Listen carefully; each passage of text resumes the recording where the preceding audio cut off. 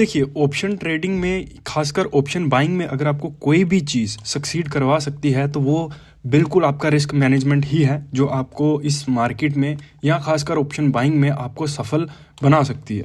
ठीक है, लेकिन देखिए, एक चीज़ को आप समझने की कोशिश करिए। मैं अपनी वीडियो में जो भी चीज़ें बताता हूँ, मैं ट्राई करता हूँ सबसे पहले उनका लॉजिक आपको बताऊँ और उसके बाद में वो चीज़ें आपको एक्सप्लेन करूँ। ठीक है, देखिए, ऑप्शन बाइंग जो है ना, वो क्लियर टू कट एकदम सट्टा ही होता है। ठीक है, लेकिन उसमें टच तब आ जाता है जब आप उसमें अपनी कैलकुलेशंस और अपना डिसिप्लिन ऐड कर देते हो। ठीक है, देखिए, मैं आपको एक चीज़ समझाने की कोशिश करता हूँ। आई होप आप समझने की कोशिश करेंगे, बजाय इसके कि आप मुझे कमेंट्स में मुझे ही ज्ञान दें। ठीक है, देखिए, जैसे ये प्राइस एक्शन है ना, यहाँ पे अगर आपको इसके बारे में बहुत कम पता है तो भी चलेगा। ठीक है, आप ऑप्शन बाइंग में सक्सीड कर सकते हो, बिल्कुल कर सकते हो। कैसे कर सकते हो वो सारी चीज़ें मैं आपको आगे बताऊंगा। मान लीजिए आपको प्राइस एक्शन ज़्यादा समझ नहीं आता। ठीक है, प्राइस एक्शन आपको समझ ही नहीं आ रहा, शुरुआत में नहीं आता, आपको कुछ भी पता नहीं चलता कि क्या हो रहा है क्या नहीं हो रहा। शुरुआत में क्या, मैं लोगों को देखता हूँ 5-6 साल हो गए, उनको आज तक भी नहीं पता।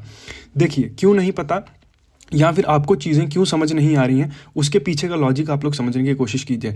क्योंकि आपने किसी भी एक प्रोसेस को फॉलो किया ही नहीं। आप मार्केट में आए, आपने सट्टा लगाना, पैसे लगाना शुरू कर दिया। ठीक है, आपने कभी कोशिश भी नहीं करी कि मैं सही चीज़ों को सीखूं, और जो आपने सीखी वो किसी भी काम की मार्केट में नहीं होती।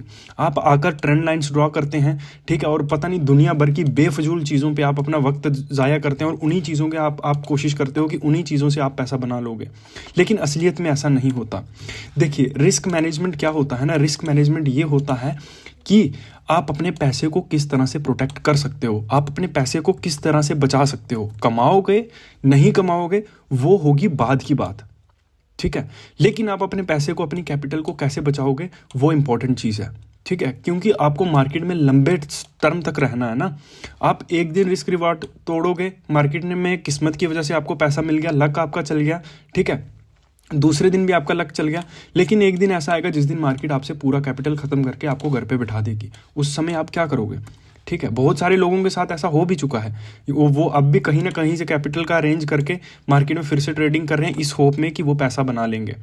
देखिए, रिस्क मैनेजमेंट आपको किस तरह का रखना चाहिए, किस तरह का नहीं रखना चाहिए, इस चीज़ पर मैं कोई भी आपको टिप्पणी नहीं दूंगा।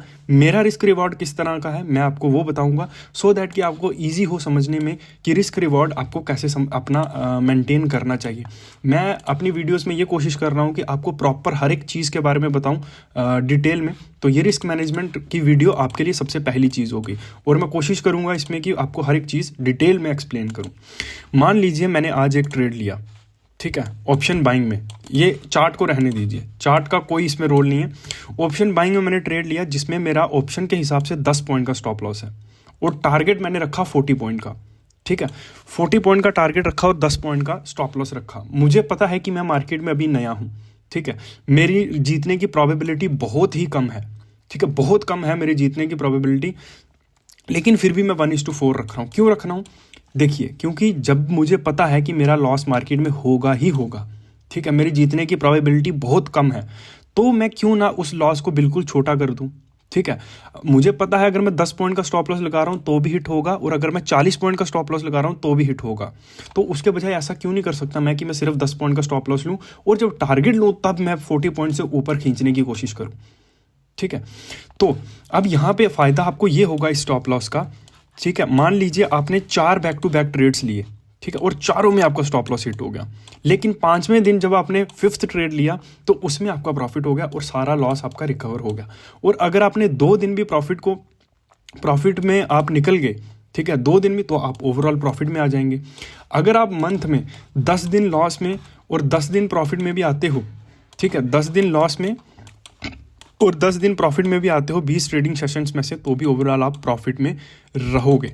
ठीक है, अगर आप 12 दिन लॉस में 8 दिन प्रॉफिट में आते हो तो भी आप प्रॉफिट में रहोगे। अब अगर आप 14 दिन लॉस में और 6 दिन प्रॉफिट में आते हो तो भी आप नो लॉस नो प्रॉफिट के आसपास ही रहोगे। ठीक है, देखिए, मार्केट में क्या सीन है ना, आप अपने दिमाग को एक प्रोसेस दीजिए, ठीक है, और कोशिश कीजिए कि आप एक सिस्टम को फॉलो करें। पहले आप अपने दिमाग को ट्रेन करो अपने दिमाग को पहले। ठीक है, एक सिस्टम को फॉलो करने के लिए। और वो सिस्टम की शुरुआत कहाँ से होगी कि आप अपने दिमाग को फॉलो, देखिए जब मैंने स्टार्ट किया था ना, मैं आपको अपनी बात बताता हूँ, जब मैंने स्टार्ट किया था तो 3 दिन तक लगातार मेरे स्टॉप लॉसेस हिट हुए थे, ठीक है, 10-10 पॉइंट के। और मैं दूसरा ट्रेड कभी भी नहीं लेता था और आज भी नहीं लेता हूँ, ठीक है, दूसरा ट्रेड मैं कभी नहीं लेता था।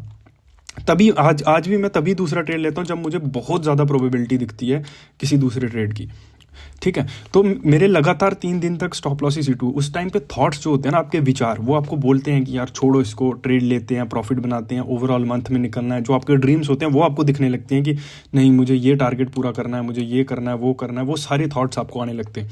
लेकिन वही डिसिप्लिन होगा कि अगर आप उन थॉट्स को नहीं आने देते और आप अपने स्टॉप लॉस को मेंटेन करके हर दिन एक ट्रेड 10 पॉइंट के स्टॉप लॉस के साथ ट्रेड करते हो, तो आप इस मार्केट में पैसा बना पाओगे, ठीक है। अब आप लोग एक चीज़ को समझने की कोशिश कीजिए, ठीक है, कि जो आपका स्टॉप लॉस है वो सबसे इंपॉर्टेंट चीज़ इस मार्केट में है, ठीक है।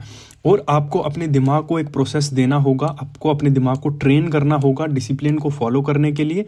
और ये जो आपको इम्पॉर्टेंट चीज़ आज के दिन पे मैंने मार्केट के रिलेटेड बताई है, इसको सही तरीके से समझिए, यूज़ करिए, ठीक है।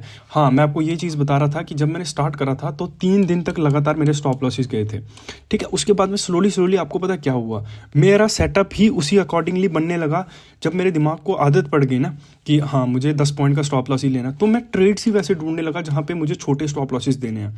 आप अगर किसी दिन मेरे साथ ग्रुप में लाइव मार्केट में आओगे ना, तो आप लोग देखना कि मैं कैसे ट्रेड्स करता हूँ, बिल्कुल छोटा सा स्टॉप लॉस, क्योंकि मेरा दिमाग ट्रेन हो गया, उसको पता है कि हाँ ये इतना ही स्टॉप लॉस लेगा, कोई सेटअप जो मेरा सेटअप है वैसा ही ढूंढना होगा मुझे, ठीक है। तो मेरा दिमाग जो है ना, उसको मैंने ट्रेन उस तरीके से कर दिया कि अब मुझे ऑटोमेटिकली वो मुझे ट्रेड्स ही वैसे दिखाता है जो कि बिल्कुल छोटे से छोटे स्टॉप लॉस के साथ आए। आप बिलीव नहीं करोगे, अगर मैंने आपको शेयर करा होगा शायद, मैंने निफ्टी में 5 पॉइंट के स्टॉप लॉस के साथ हमने लगभग 250% के रिटर्न्स निकाले, ठीक है। हमने 40 रुपीज़ पे ट्रेड को लिया और 150 के आसपास उसको सेल करा, बिल्कुल 5 पॉइंट के स्टॉप लॉस के साथ। जिसको भी स्क्रीनशॉट चाहिए होंगे वो लाइव टाइम के दिखाऊंगा, ठीक है, वो मैं आपको दे दूंगा। और वो ट्रेड ग्रुप में भी दिया गया था, ठीक है। तो सीखिए, समझिए, आगे बढ़िए चीज़ों को। आप लॉस करने से कभी भी मार्केट में कुछ नहीं सीखते हो, ठीक है। तो मिलते हैं ऐसी ही इंटरेस्टिंग वीडियो में, तब तक के लिए गुड बाय।